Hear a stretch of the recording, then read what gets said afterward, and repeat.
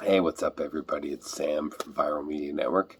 Thank you so much for watching. It's day 12 of the knowledge cards put on by the Library of Congress. And if you're new to this playlist and new to this series of videos, this is basically I take one card from this deck. There's 48 cards in this deck. And originally I started for Black History Month. Started to do these once a day. Went to Phoenix to work for a week. Couldn't maintain it while I was working. Got back. Other things happened in life and work, and I couldn't keep up with it. So I'm back in March here, and also symbolically to be able to stretch out. A lot of people say, well, Black History shouldn't be confined to just a month. So this is symbolically a way to stretch that out. And also, on the flip side of that, as I mentioned in some of these previous videos, I do think that having it as a month, we're able to highlight it and honor all the exemplary things and the great achievements that have come from the African American community, but also recognize the atrocities and the myriad, the ups and downs. You know, it's not all good, it's not all bad. It's a mixed bag, and to celebrate that. But for this purposes, we are focusing on the civil rights movement, mainly in the 50s and 60s, a little bit in the 30s and 40s, and 70s as well, but really the 50s and 60s. And I will quickly show you, I'm not going to name them because we did that yesterday on day 11, but I'm going to quickly show you some of the cards we already picked, and you can check out the playlist right here in the iCard above. And as you can see, some really nice photos. And on the back, I've been reading what the card is all about. So it kind of gives you an overview, and then I kind of wrap it up, talk a little bit about my thoughts on the card. Really just an entry point. If I really encourage you to learn more about each subject that we pick and more about the civil rights movement. If you're unfamiliar, some of the stuff I learned, some of the stuff I didn't. And some of the stuff I learned, I'm learning new stuff about it and reminding myself and reinforcing what I know. And, oh, I forgot that one detail about that, or I thought it went differently, and learning more about it. So these are the cards we already picked, the first 11 cards. I've got the rest of the deck right here. I shuffle it 3 times, and then I pick a card. So here we go. And thanks again for checking out the channel. Check out our other great playlists. We have a variety of different videos. We do a podcast, we do hiking videos, thrift store finds, where I play a record that I found in a thrift store. Each episode I play a record that I bought in a thrift store and I review it. We also have some music videos, hiking videos, the podcast, as I mentioned, and the podcast is great because I interview other freelancers, other professional creatives, entrepreneurs, and people that are basically carving their own path, making their own destiny. They don't necessarily work 9 to 5 or for anyone specifically, other than their own business, or they might be working for other people but contract anyway. So I have conversations with them on my podcast. You can check that up here. It's called the Sam Jack Podcast. I'm not a professional, but wait, I am. And enough of plugging my stuff on the channel, but check it out. You know, go ahead and hunt around. I've shuffled 3 times. I'm ready to pick a card for day 12. Are you ready? I'm stoked. And I always pick from the middle, so here we go. All right. Oh, interesting. Who's this? Septima Clark. See, I've never heard of this person. Septima Clark. Some of you might already know who this is. If you do, leave a comment down below. Getting my old reading glasses because Sam is getting... Why is it so hard for me to put these on? Is it because my hat's in the way? Oh my goodness.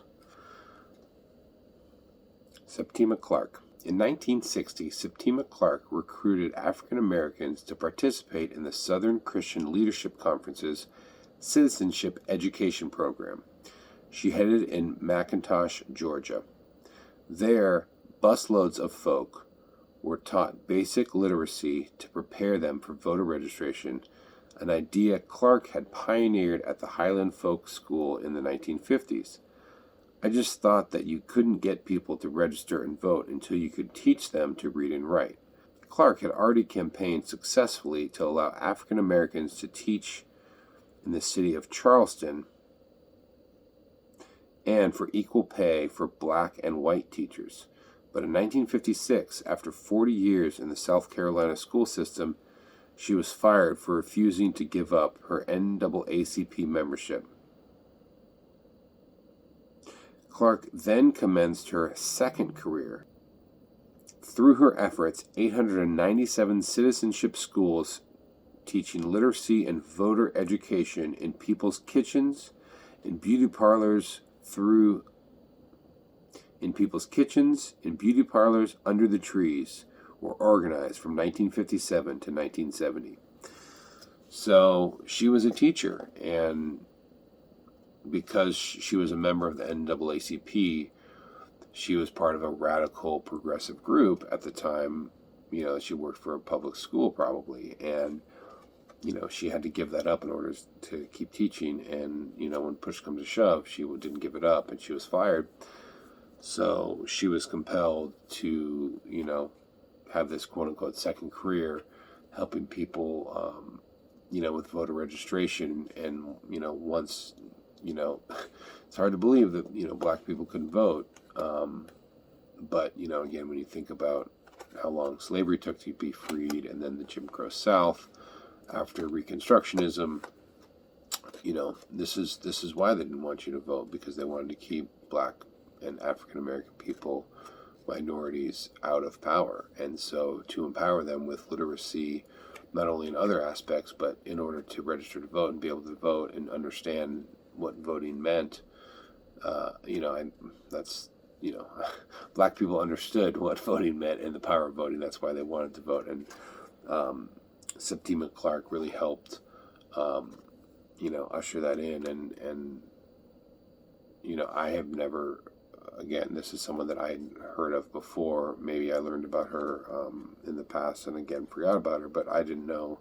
But these are the, the people that supported, the main people that we know, the Dr. Martin Luther Kings, the John Lewises, the Reverend Al Sharpton, and all these kind of people, Jesse Jackson, Malcolm X, all these kind of people. So 897 citizenship schools, and these were the schools that taught literacy and voter education. That's a lot of schools, and they were in people's kitchens, as she says, beauty parlors, and under the trees. So it's really like guerrilla grassroots efforts. And this is how things like this happen. When you're deterred in the public institution, you don't give up, you keep going. And we salute Septima Clark on, whoops, bumped into my lamp here. Septima Clark on day 12 of the Knowledge Cards. Thank you so much again for watching. I'm Sam from Viral Media Network, and who knows, maybe we'll be in a different scenery the next day. But the last 3 sets of videos you saw across the way at our home office. I guess I was making too much noise because it's right above our daughter's bedroom. So now I'm back over here. This is normally where I do the podcast interviews and other stuff. So you might see me here more, but either way, you might see me over at my studio where, I do my editing and stuff, and it looks a little more fancy. But nonetheless, got to keep these going once a day. And thank you so much for watching. Don't forget to like, comment, share, dislike it. Let me know why you didn't like it. Maybe you know more about Septima Clark. Do a report on her, or more research, or maybe someone or maybe you've worked with her, or maybe these schools are still around and you have experience with that. So please let me know in the comment section. Thank you so much again for watching, and we'll see you tomorrow.